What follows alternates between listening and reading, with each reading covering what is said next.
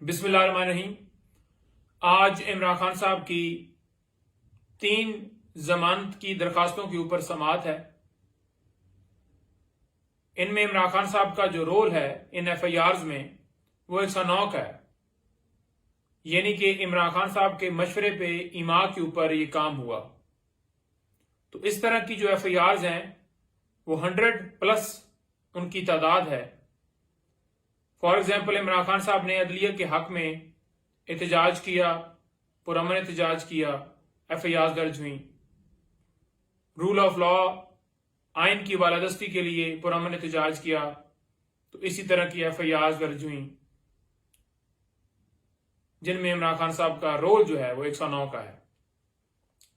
دوسرے نمبر پر توشہ خانہ، آپ کو پتہ ہے کہ یہ مختلف کیسز عمران خان صاحب کے خلاف ایک ہی نوعیت کے چلائے گئے ہیں، جیسا کہ الیکشن کمیشن نے کمپلینٹ فائل کی تھی جس میں عمران خان صاحب کو سزا ہوئی تھی، ایک وہ توشہ خانہ، ایک تھانہ کوسار کے اندر ایف آئی آر درج ہوئی تھی جیلی رسیدوں کے حوالے سے توشہ خانہ کے ریلیٹڈ۔ اسی طرح نیب کے اندر بھی توشہ خانہ کیس چلایا جا رہا ہے۔ قانون یہ کہتا ہے کہ اگر ایک جرم ہوگا تو اس کی ایک کاروائی ہوگی، یہ نہیں ہوگا کہ ایک جرم ہوگا تو 3 مختلف کاروائیاں چلائی جائے گی۔ مثال کے طور پر ایک بندے کا مرڈر ہوتا ہے کوئٹہ میں، تو یوں نہیں ہوگا کہ قتل کا جو مقدمہ ہے وہ لاہور میں بھی درج ہو جائے، پشاور بھی ہو جائے، کراچی بھی ہو جائے، تو ایسا نہیں ہوگا، بلکہ جس جگہ کے اوپر وہ قتل ہوا ہے اس کا ایک ہی مقدمہ ہوگا، اور کوئٹہ اگر ہوا ہے تو کوئٹہ ہی درج ہوگا، باقی جگہوں کے اوپر نہیں ہوگا۔ لیکن یہاں پر 3 توشہ خانہ کیس چلائے جا رہے ہیں ایک ہی نوعیت کے۔ اچھا، اس کے ساتھ ساتھ آپ کو یہ بھی بتانا چاہوں گا کہ لاسٹ ہیئرنگ کے اوپر اس میں ڈیٹ جو ہے وہ فکس ہو گئی 13 تاریخ، تو شام کو کورٹ ٹائم ختم ہونے کے بعد یہ درخواست جو ہے وہ نیب کی طرف سے دی گئی۔ درخواست کیا تھی کہ اس کیس کی سماعت جلدی فکس کی جائے، ارلی ہیئرنگ کی درخواست تھی۔ تو ہمیں اطلاع ملی کہ جناب 11 بجے آپ اڈیالہ جیل پہنچ جائیں۔ ہم حیران تھے کہ اتنی کیا جلدی آ گئی ہے، نواز شریف کے لیے نیب دوسری طرف پلکیں بچھا کر بیٹھا ہے، اور جب وہ پیش ہوتے ہیں اور کہتے ہیں کہ نہ ان کی گرفتاری مطلوب ہے، ان کو بالکل چھوڑ دیا جائے، ان کا کوئی قصور ہی نہیں ہے، اور ایک طرف بوگس جھوٹے کیسز جو آپ نے دیکھا کہ حکومت جو ہی ختم ہوتی گئی تو یہ سلسلہ جاری ہوا اور 200 تک ان کی تعداد جو ہے گئی ہے۔ تو نیب نے بھی کسر نہیں چھوڑی۔ آج بی بی صاحبہ کو بھی بلایا گیا ہے، اور اس کیس کے اندر، توشہ خانہ کے اندر جو میں بتا رہا تھا، وہ پھر کیونکہ ارلی ہیئرنگ آئی تھی تو آج کے لیے وہ کیس فکس کیا گیا ہے، یعنی کہ سوموار کے لیے۔ بی بی صاحبہ کو بھی نیب نے بلایا ہوا ہے، تو وہاں پر وہ بھی جائیں گی، اور آپ کو یہ بتا دوں کہ تمام سوالات کے وہ بھی جوابات دے چکی ہیں۔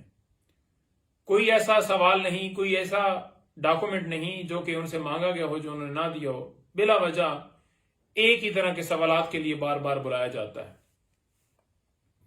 اب کوئی فائنل کال اپ نوٹس بھجوایا گیا ہے تو وہ جائیں گی، اور اس کے ساتھ ساتھ آج اسلام آباد ہائی کورٹ میں آڈیو لیک کیس وہ بھی سماعت کے لیے فکس ہے، جس میں ہم نے یہ استدعا کی ہے کہ یہ سلسلہ بند ہو، کون آڈیو ریکارڈ کرتا ہے، کس لا کے تحت وہ ریکارڈ کرتا ہے، کیسے وہ پھر آگے اسے بلیک میل ہراساں کرنے کے لیے اس شخص کو پھر وہ آگے جو ہے وہ نشر کی جاتی ہے، لوگوں کی آپس میں کنورسیشن ہوتی ہے، پرسنل ٹاک ہوتی ہے، تو پرائیویسی کوئی کیسے اس کے اوپر حملہ کر سکتا ہے اور اس کو کیسے پھر استعمال کر سکتا ہے اپنے سیاسی مقاصد کے لیے، کسی کے خلاف کسی کو ہراساں کرنے کے لیے۔